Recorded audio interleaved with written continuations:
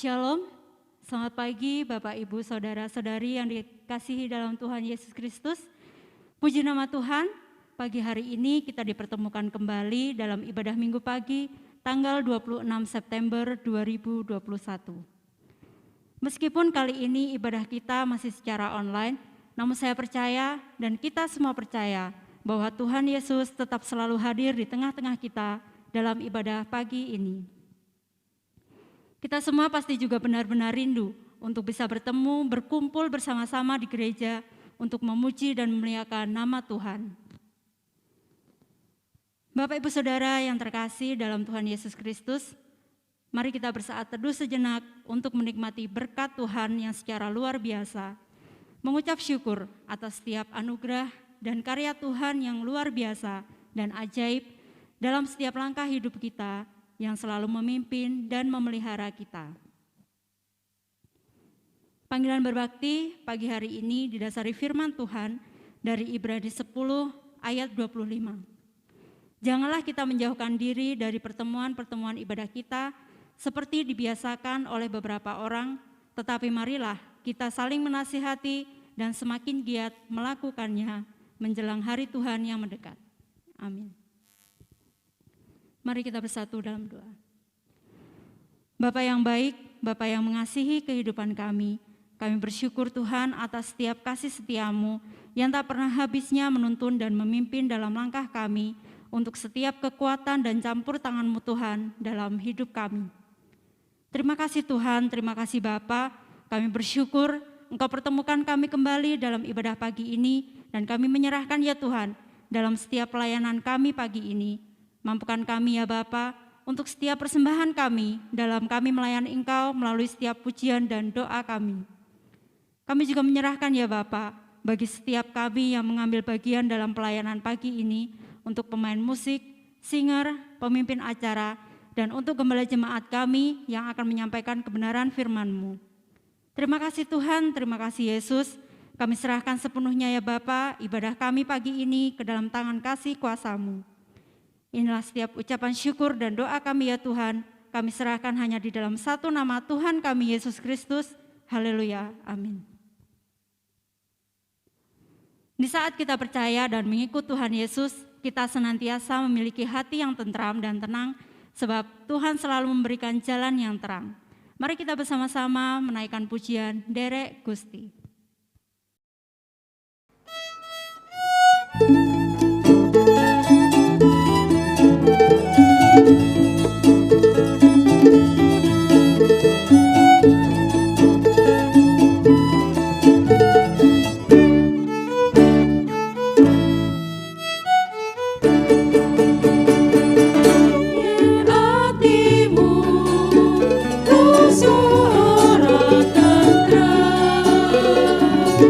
Awan beri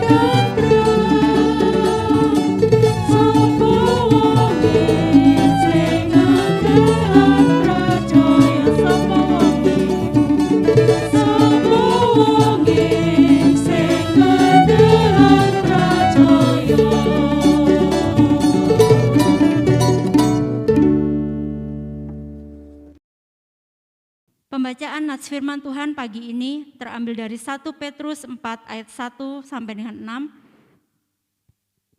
1 Petrus 4 ayat 1 sampai dengan 6 yang akan dibacakan oleh Ibu Rini Heru dan Ibu Yahya. Firman Tuhan dari 1 Petrus 4 ayat 1 sampai 6. Jadi karena Kristus telah menderita penderitaan badani, kamu pun harus juga mempersenjatai dirimu dengan pikiran yang demikian. Karena barang siapa telah menderita penderitaan badani, ia telah berhenti berbuat dosa. Supaya waktu yang sisa jangan kamu pergunakan menurut keinginan manusia, tetapi menurut kehendak Allah. Sebab telah cukup banyak waktu kamu pergunakan untuk melakukan kehendak orang-orang yang tidak mengenal Allah. Kamu telah hidup dalam rupa-rupa hawa nafsu, keinginan, kemabukan, pesta pora, perjamuan minum, dan penyembahan berhala yang terlarang. Sebab itu mereka heran bahwa kamu tidak turut mencemplungkan diri bersama-sama mereka di dalam kubangan ketidaksenonohan yang sama, dan mereka memfitnah kamu. Tetapi mereka harus memberi pertanggungan jawab kepada Dia yang telah siap sedia menghakimi orang yang hidup dan yang mati. Itulah sebabnya maka Injil telah diberitakan juga kepada orang-orang mati, supaya mereka sama seperti semua manusia dihakimi secara badani, tetapi oleh Roh dapat hidup menurut kehendak Allah. Amin. Amin. Kini saatnya kita akan mempersiapkan telinga, hati, dan pikiran kita untuk menerima berkat rohani, yaitu firman Tuhan yang akan disampaikan oleh Gembala Jemaat. Namun sebelum itu kita akan bersama-sama memuji Tuhan kembali. Pujian, kusiapkan hatiku Tuhan.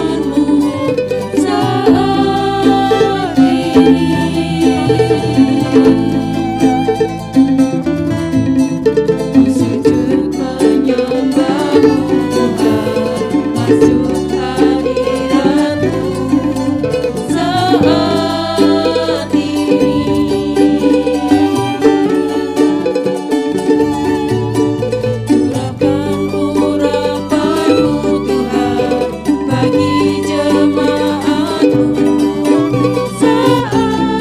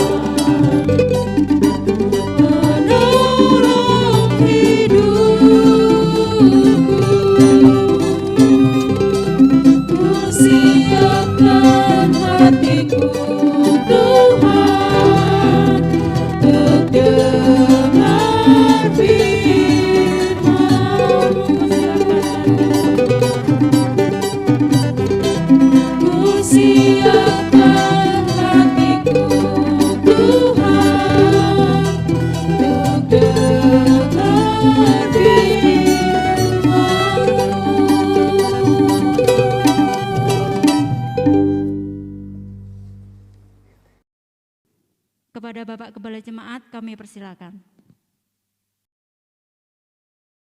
Selamat pagi Bapak, Ibu, dan Saudara sekalian, Jemaat Gloria Kayen yang saya kasih di dalam Tuhan Yesus Kristus.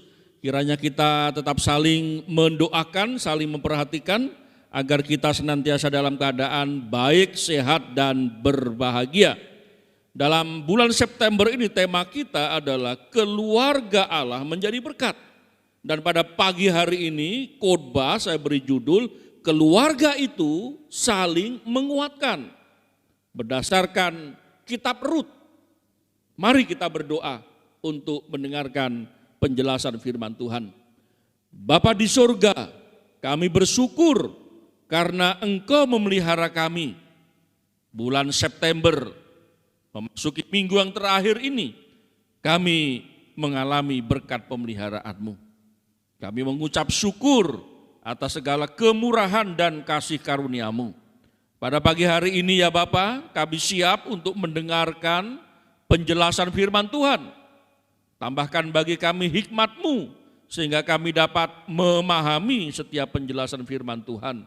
Dan tolonglah kami, supaya kami siap sedia untuk menjadi pelaku firman Tuhan. Di dalam nama Tuhan Yesus kami berdoa. Amin. Bapak, Ibu, dan Saudara sekalian, Jemaat Gloria Kayen yang saya kasih dalam Tuhan Yesus Kristus, mari kita membaca kitab Rut pasal 1 ayat 1 sampai 6. Demikianlah firman Tuhan. Pada zaman para hakim memerintah, ada kelaparan di tanah Israel. Lalu pergilah seorang dari Bethlehem Yehuda beserta istrinya dan kedua anaknya laki-laki ke daerah Moab untuk menetap di sana sebagai orang asing. Nama orang itu ialah Elimelek, nama istrinya Naomi, dan nama kedua anaknya Mahlon dan Kilion. Semuanya orang-orang Efrata dari Bethlehem Yehuda. Dan setelah sampai ke daerah Moab, diamlah mereka di sana. Kemudian matilah Elimelek, suami Naomi, sehingga perempuan itu tertinggal dengan kedua anaknya. Keduanya mengambil perempuan Moab, yang pertama bernama Opra, yang kedua bernama Rut, dan mereka diam di situ kira-kira 10 tahun lamanya. Lalu matilah juga keduanya, yakni Mahlon dan Kilion, sehingga perempuan itu kehilangan kedua anaknya dan suaminya. Kemudian berkemaslah ia dengan kedua menantunya dan ia pulang dari daerah Moab, sebab di daerah Moab ia mendengar bahwa Tuhan telah memperhatikan umatnya dan memberikan makanan kepada mereka. Jemaat yang dikasihi Tuhan, mengawali pembacaan kitab Rut kita disajikan dengan satu peristiwa yang sangat menyedihkan. Di mana satu keluarga berpindah dari Bethlehem ke Moab dengan harapan di Moab akan mendapatkan keadaan yang lebih baik. Di Moab berharap keadaan mereka meningkat, menjadi sukses, berhasil, memiliki kehidupannya lebih nyaman. Tetapi apa yang terjadi? Namanya kehidupan, terkadang kita tidak bisa memprediksi melampaui pikiran kita. Kita bisa menghitung, menganalisa, tetapi namanya misteri kehidupan. Terkadang saya dan saudara tidak bisa memahami mengapa ada kesusahan terjadi yang datang tiba-tiba. Mengapa awalnya sehat tetapi tiba-tiba sakit. Sakit mendadak. Lalu biasanya disambung dengan meninggal mendadak. Dan ini menjadi kesedihan, menjadi kedukaan yang dialami oleh Naomi. Dari pasal 1, setelah kita mendengar satu peristiwa yang menyedihkan ini, kemudian akhirnya Naomi pulang ke kampung halamannya ke Bethlehem. Dan rupanya tersisa hanya Rut yang ikut dengan mertuanya. Sedangkan Orpa memilih untuk kembali ke kampung halamannya di Moab. Ada satu peristiwa yang sangat menyedihkan. Pada saat orang pulang kampung biasanya disambut dengan satu sukacita. Biasanya orang yang merantau pulang dalam keadaan sukses, berhasil, mereka akan bercerita tentang kesuksesannya kepada saudara-saudaranya, kepada tetangganya, dan mereka menyambut dengan sukacita. Tetapi berbeda dengan Naomi. Ketika tetangganya menyambut dengan menyerukan namanya, Naomi, Naomi, selamat datang. Tetapi Naomi segera meralat, merevisi apa yang mereka katakan. Jangan panggil aku Naomi. Panggil aku Mara, sebab kesedihan, kepahitan menimpa hidupku. Jemaat yang dikasihi Tuhan. Itulah sebabnya judul khotbah pada pagi hari ini, keluarga itu saling menguatkan. Saling menguatkan manakala di dalam keluarga itu terjadi goncangan kehidupan yang dahsyat. Kesusahan, kedukaan, sakit penyakit, menimpa, dan itu terjadi mendadak seketika. Awalnya kelihatannya berjalan dengan baik, tetapi di tengah perjalanan misteri kehidupan, adanya kedukaan, adanya kesakitan menimpa. Disitulah diperlukan, makanya dikatakan keluarga itu saling menguatkan. Ketika menghadapi misteri kehidupan, ketika menghadapi kedukaan, disitulah keluarga menghibur. Disitulah keluarga menunjukkan bahwa mereka hadir untuk memberikan penguatan. Terlebih lagi di dalam lingkup keluarga. Istri, suami, anak-anak, keluarga inti. Ketika keluarga itu menghadapi goncangan ekonomi, suatu misal, keluarga itu saling menguatkan, saling membantu, saling bekerja sesuai dengan keahliannya masing-masing. Saya beberapa tahun tinggal di daerah Kalimantan Barat dan sering bepergian ke Singkawang.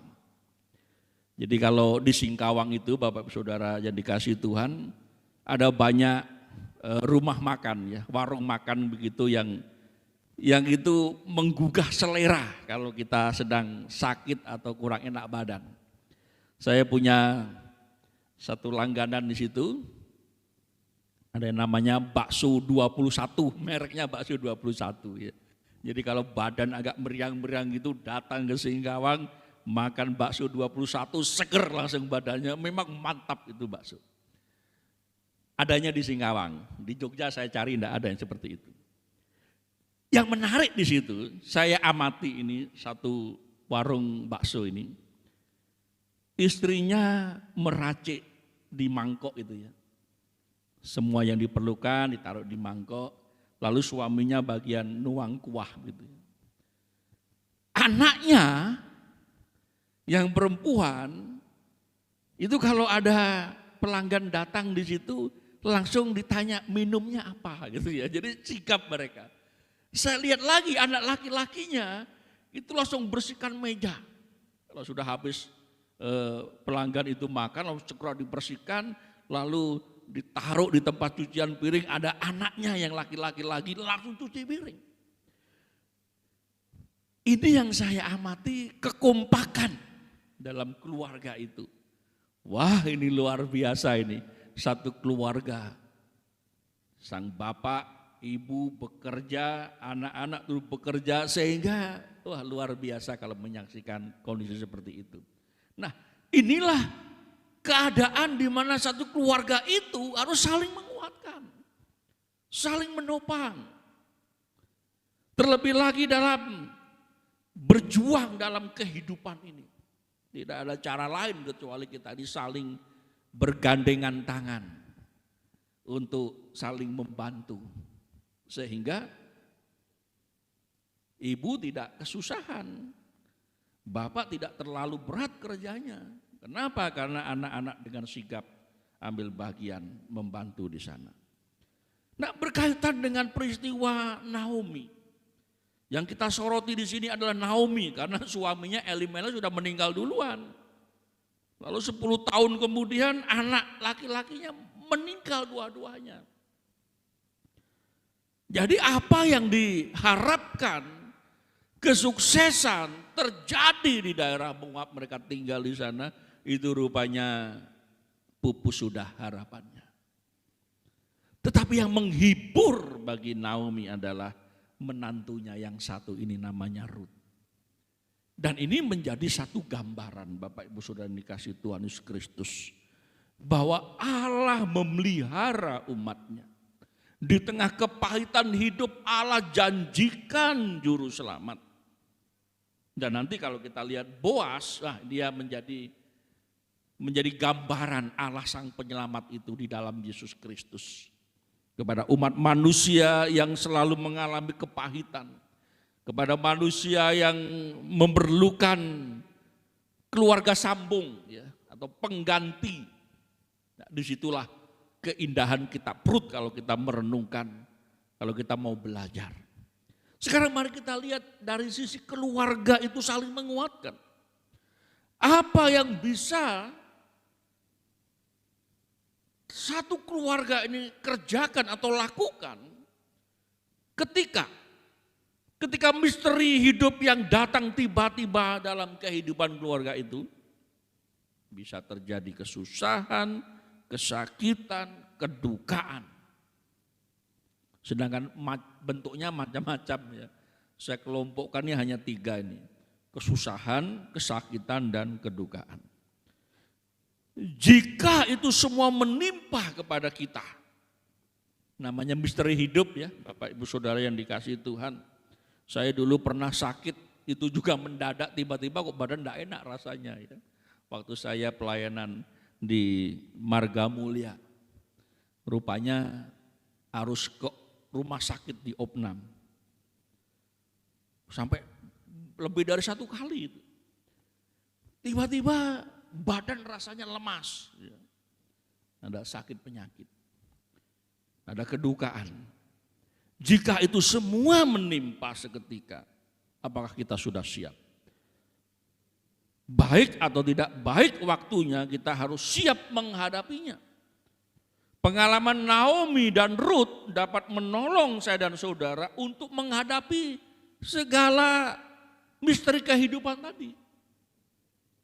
Apa saja yang bisa kita pelajari, apa saja yang bisa menolong saya dan saudara ketika misteri kehidupan itu datang dalam kehidupan saya dan saudara. Kita melihat ayat yang ke-16 di kitab Rut pasal 1. Tetapi kata Rut, janganlah desa aku meninggalkan engkau dan pulang dengan tidak mengikuti engkau. Sebab kemana engkau pergi, ke situ jugalah aku pergi. Dan di mana engkau bermalam, di situ jugalah aku bermalam. Bangsamulah bangsaku dan Allahmulah Allahku.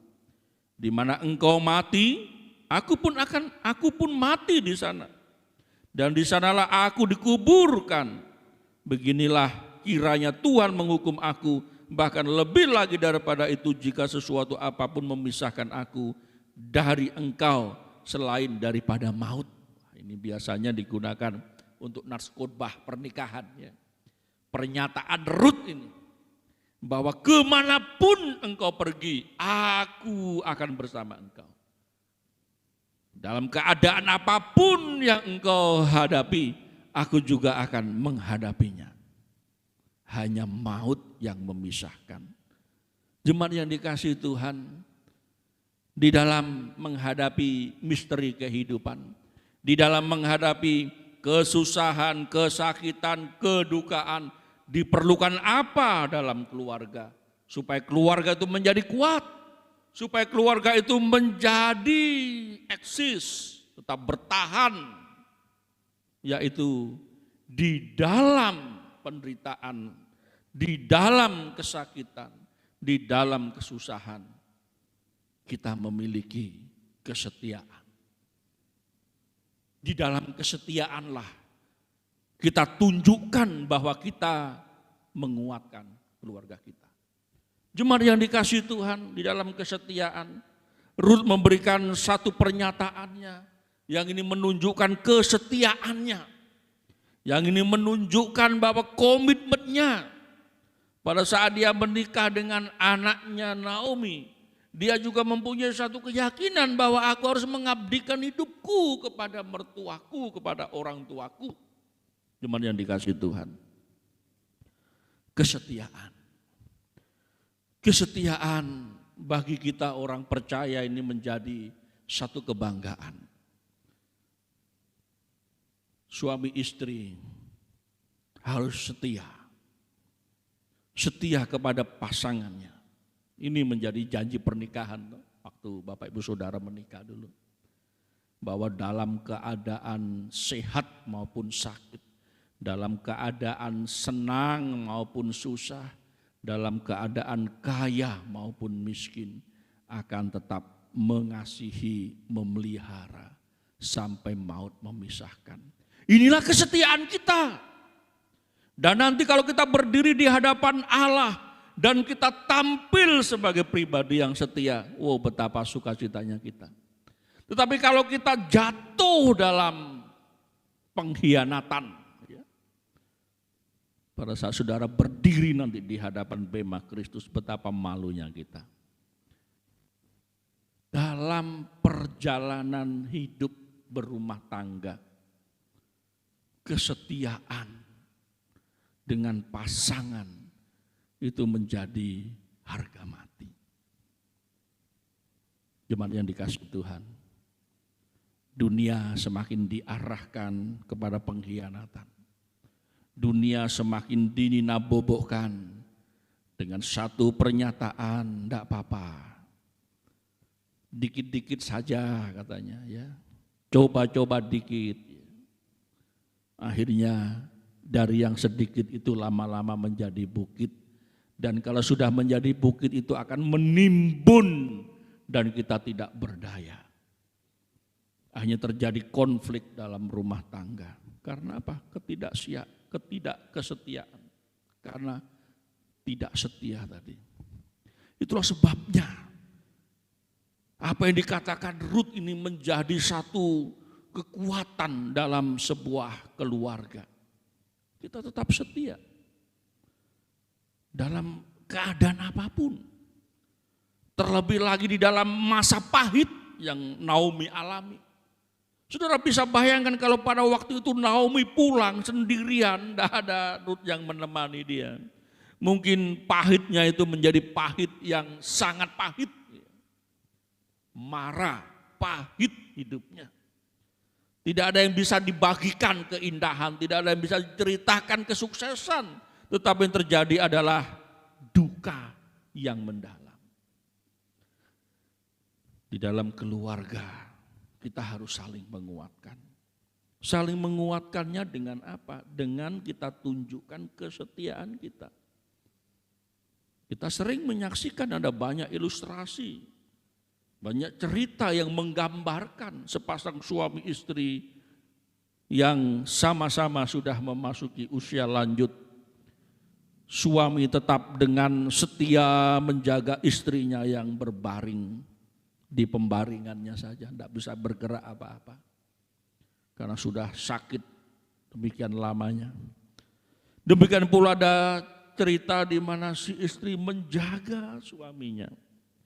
Suaminya sudah tidak ingat apa-apa, tapi tetap dia rawat, dia pelihara. Dan inilah kesetiaan yang indah. Dan inilah yang menguatkan keluarga.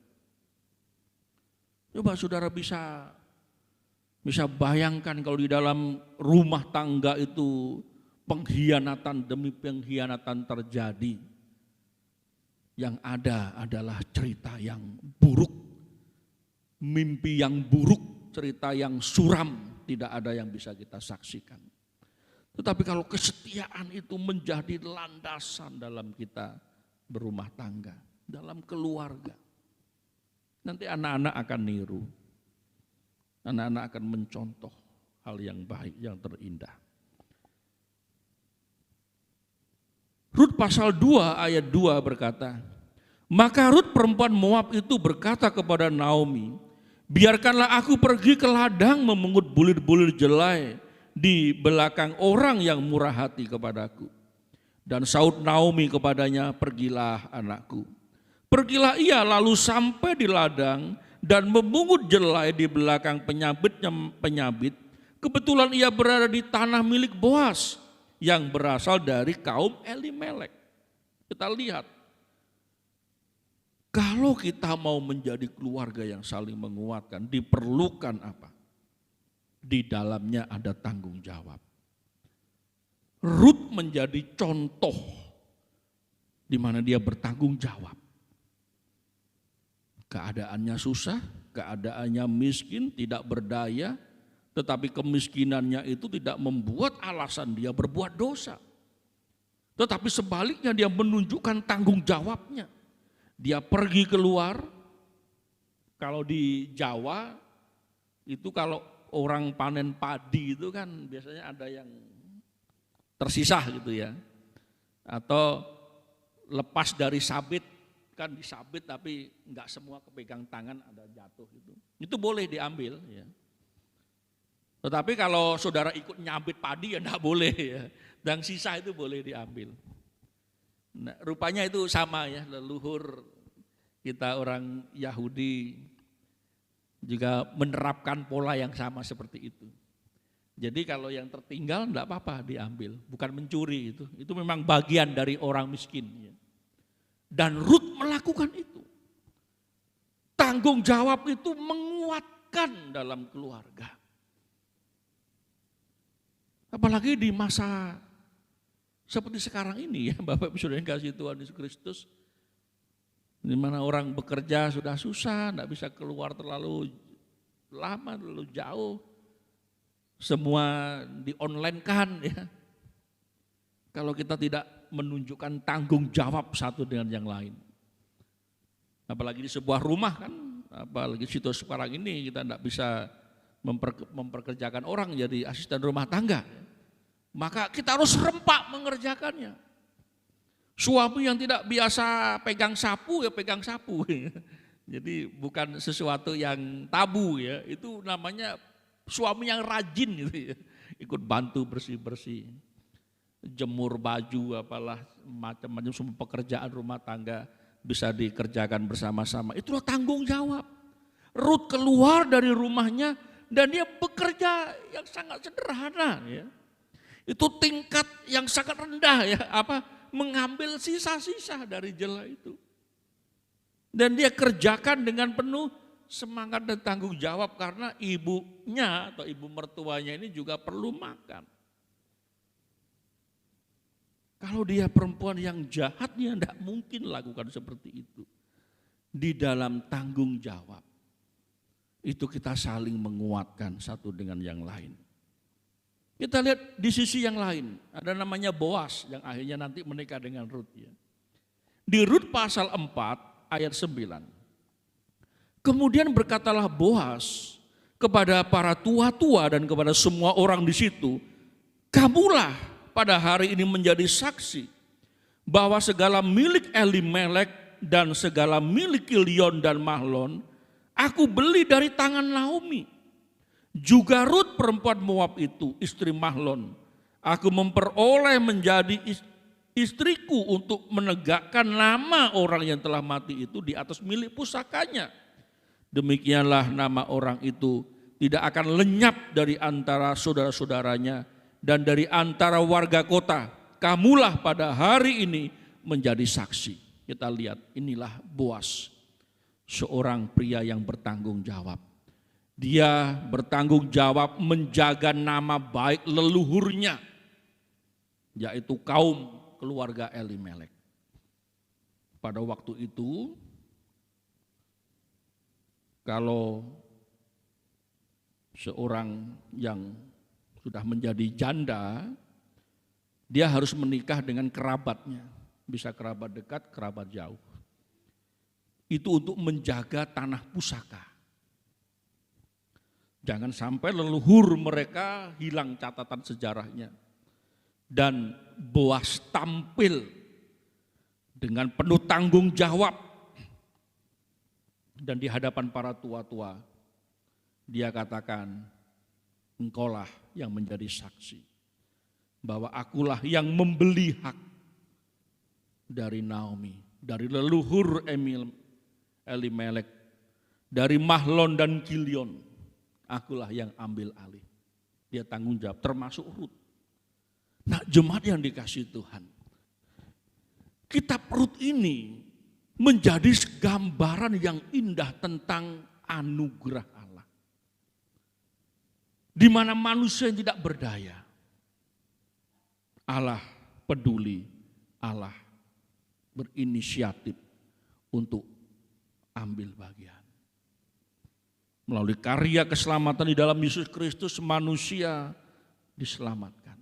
Nah, inilah keindahan firman Tuhan, Alkitab firman Tuhan yang tertulis satu dengan yang lainnya itu saling berkaitan. Karena penulisnya sama, yaitu Allah yang hidup, Jehovah yang disembah oleh Abraham, Ishak dan Yakub. Dan dialah Yesus Kristus Allah kita. Sehingga satu rangkaian ini menjadi satu rangkaian yang indah. Dan inilah Bapak Ibu Saudara yang kasih Tuhan Kristus. Keluarga itu saling menguatkan. Ditunjukkan dengan apa? Dengan tanggung jawab. Perhatikan di bagian yang lain. Itu Boas menyuruh pekerjanya kalau ada Rut. Dia ngambil berkas-berkas itu ya, sisa-sisa itu. Nanti kalian tambah, jangan ganggu. Wah, ini tanggung jawab. Tanggung jawab sebagai yang menanggung sebagai waris tadi. Jemaat yang dikasihi Tuhan, di dalam keluarga diperlukan tanggung jawab. Di dalam keluarga kita harus tunjukkan tanggung jawab. Apa yang bisa kita lakukan, apa yang bisa kita kerjakan, kerjakan. Kalau sudah menikah di dalam satu keluarga itu kan kita tidak bisa berperan seperti majikan dan budak ya. Suami sebagai majikan, istri sebagai budak, ya enggak ya. Di dalam Kristenan tidak seperti itu. Di dalam Kristenan itu ada kasih dan ada ketundukan. Di dalam Kristenan itu suami istri menunjukkan satu dengan yang lainnya sikap hormat, kepedulian. Sehingga di tengah goncangan hidup sekalipun yang dahsyat, mereka tetap bisa bertahan, bertanggung jawab. Saya menyaksikan banyak suami-suami yang mengasihi Tuhan menunjukkan tanggung jawab mereka. Mereka bekerja, masih kurang lagi dia tambahkan bekerja di tempat yang lain, di bidang yang lain. Supaya seisi rumahnya tercukupi keperluannya. Ada juga istri yang tergerak juga untuk membantu. Anak-anak tergerak untuk menolong. Semua ambil bagian. Sehingga keluarga itu diberkati Tuhan. Rut pasal 4 ayat 13. Lalu Boas mengambil Rut dan perempuan itu menjadi istrinya. Dan dihampirinya lah dia. Maka atas karunia Tuhan perempuan itu mengandung lalu melahirkan seorang anak laki-laki. Sebab itu perempuan-perempuan berkata kepada Naomi, terpujilah Tuhan yang telah rela menolong engkau pada hari ini. Dengan seorang penebus, termasyhurlah kiranya nama anak itu di Israel. Ayat 15, dan dialah yang akan menyegarkan jiwamu dan memelihara engkau pada waktu rambutmu telah putih. Sebab menantumu yang mengasihi engkau telah melahirkannya, perempuan yang lebih berharga bagimu dari 7 anak laki-laki. Dan Naomi mengambil anak itu serta meletakkannya pada pangkuannya dan dialah yang mengasuhnya. Dan tetangga-tetangga perempuan memberi nama kepada anak itu, katanya, pada Naomi telah lahir seorang anak laki-laki. Lalu mereka menyebutkan namanya Obed. Dialah ayah Isai, Allah Yakub. Jemaat yang dikasihi Tuhan, di awal kisah perjalanan hidup Naomi sangat pahit, tetapi di akhir dari perjalanan hidup Naomi sangat manis. Mengapa? Karena Naomi dikelilingi oleh orang-orang yang menunjukkan kesetiaan, tanggung jawab, dan yang ketiga, di dalam bersandar pada pertolongan Tuhan. Jadi keluarga itu di dalam bersandar mereka menyerahkan hidupnya pada Tuhan. Ini bukan satu kebetulan. Ini adalah bagian dari cara Tuhan memberkati kehidupan Naomi dan Ruth. Bukan secara kebetulan Boas mau menanggung apa yang menjadi bagian dari budaya yang ada untuk menanggung beban atau menanggung kelanjutan dari leluhur Elimelek. Ini adalah kasih karunia. Terus seperti tadi disebut, ada kasih karunia Tuhan. Ruth akhirnya mempunyai anak, dan itu menjadi anak kebanggaan bagi Naomi. Ini ibaratnya Mahlon dan Kilion, ini sambungannya, begitu maksudnya. Ini sambungannya. Makanya dikatakan bagi Naomi telah lahir seorang anak laki-laki. Padahal itu ada anaknya Ruth. Tapi mengapa disebut bagi Naomi telah lahir anak laki-laki? Ini yang dimaksud tadi. Tanggung jawab tadi yang dilakukan oleh Boas. Jadi melanjutkan satu generasi kebahagiaan dalam kehidupan leluhur Elimelek. Jemaat yang dikasihi Tuhan, bersandar pada pertolongan Tuhan. Inilah yang diperlukan ketika kita menghadapi masa-masa kesusahan, sakit penyakit, kedukaan. Tidak ada cara lain. Bersandar pada pertolongan Tuhan. Di dalam bersandar itu berarti kita mempercayakan bahwa Tuhan yang mengatur kehidupan kita. Tuhan yang akan membuka jalan untuk memberkati kita. Di dalamnya saya dan saudara akan mengalami pertolongan Tuhan yang tepat pada waktunya. Ruth mengalami pertolongan Tuhan. Naomi mengalami pertolongan Tuhan. Boas mengalami pertolongan Tuhan. Kalau bukan kasih karunia Tuhan, mereka tidak mengalami hal-hal yang baik dalam hidup mereka. Inilah Bapak Ibu Saudara yang dikasihi Tuhan. Makanya keluarga itu harus saling menguatkan. Di dalamnya ada kesetiaan, di dalamnya ada tanggung jawab, di dalamnya ada bersandar pada pertolongan Tuhan. Indah pada waktunya. Terkadang saudara-saudara menjalani hidup dengan rasa pahit, tapi terus tunjukkan di dalam keluarga itu kesetiaan kita, tanggung jawab kita, bersandar pada Tuhan. Akan tiba waktunya kita akan mengalami keadaan yang manis dalam kehidupan saudara-saudara. Sebagai kesimpulan, kesusahan, kesakitan, dan kedukaan yang bisa menimpa kita kapan saja harus kita hadapi. Jangan kita lari dari kenyataan. Jangan kita menghindar atau memakai wujud yang lain untuk mengabaikan tanggung jawab. Tetapi sebaliknya kita disuruh menghadapi dengan apa? Dengan saling setia, saling bertanggung jawab, saling bersandar pada pertolongan Tuhan. Suami, istri, anak-anak semua kompak. Maka misteri kehidupan itu akan bisa dilewati dengan pertolongan Tuhan. Sebagai penerapan Bapak Ibu Saudara, pada saat keluarga kita mengalami kesusahan, kesakitan, dan kedukaan, beranikah kita berkata kami akan bertekad untuk semakin kuat dalam mempraktekkan kesetiaan kami satu dengan yang lain. Kami semakin mempraktekkan tanggung jawab yang bisa dilihat nyata dan bersandar pada pertolongan Tuhan. Jemaat yang dikasihi Tuhan, di akhir dari bulan September ini dengan tema secara keseluruhan adalah keluarga Allah menjadi berkat. maukah saya dan saudara menunjukkan bahwa kita, keluarga kita, itu adalah keluarga yang saling menguatkan.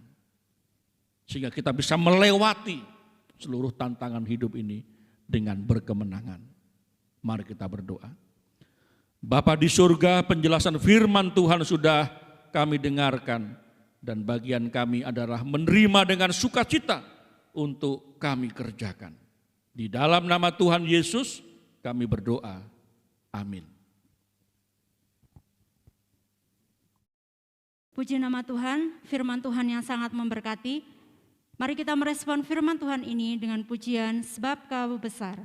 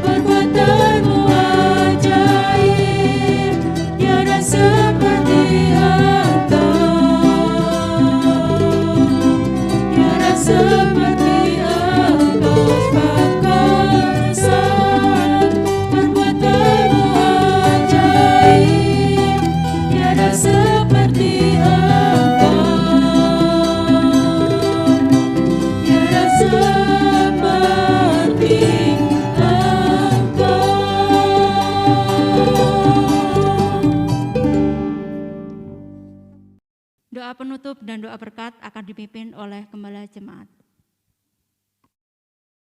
Bapak, Ibu, dan Saudara sekalian, Jemaat Gloria Kayen yang saya kasih di dalam Tuhan Yesus Kristus, rangkaian kebaktian kita sudah selesai, dan mari kita menutup dalam doa.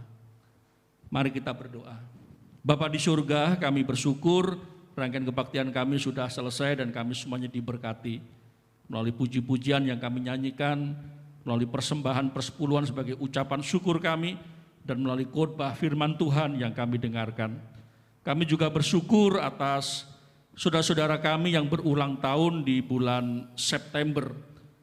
Hamba-Mu memohon kiranya Engkau memberkati Saudari Yora, Ibu David, Saudara Parolius, Ibu Diah Ekasari, Ibu Narmi Muryadi, Saudari Melita, Saudari Cindy, Saudara Vincent, Adik Anin, Saudari Bella, Bapak Stephen Pandean, Saudari Sumita, Bapak Heri Hadinata, Bapak Arifin Situmiang, Bapak Catur Ari, dan Ibu Puji Linawati. Berkatilah dengan kesehatan yang baik, berkatilah dengan umur yang bermakna, dan berkatilah dengan hidup yang dilimpahi dengan berkat Tuhan dan kebahagiaan. Bapa, kami juga menyerahkan seluruh warga jemaat, Engkau memberkati dengan kesehatan, Engkau memberkati dengan segala usaha dan pekerjaan yang Tuhan menyertai. Seluruh warga jemaat, Engkau menolong kami semuanya untuk hidup memuliakan Tuhan dan berguna bagi sesama kami. Pada saat kami berpisah satu dengan yang lain, kami menjalani kehidupan ini, kiranya berkat yang bersumber dari Allah Bapa di surga menyertai kami.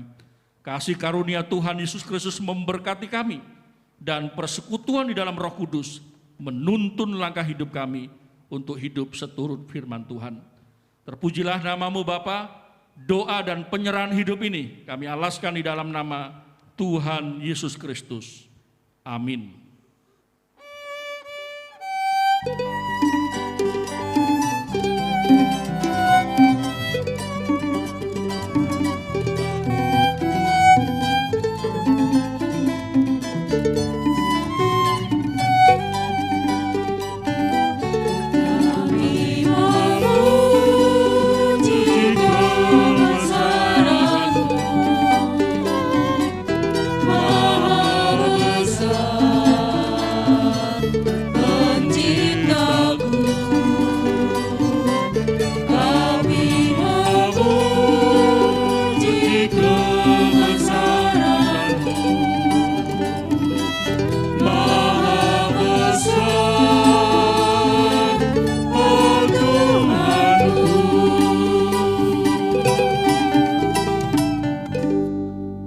Dan saudara sekalian, selamat hari Minggu.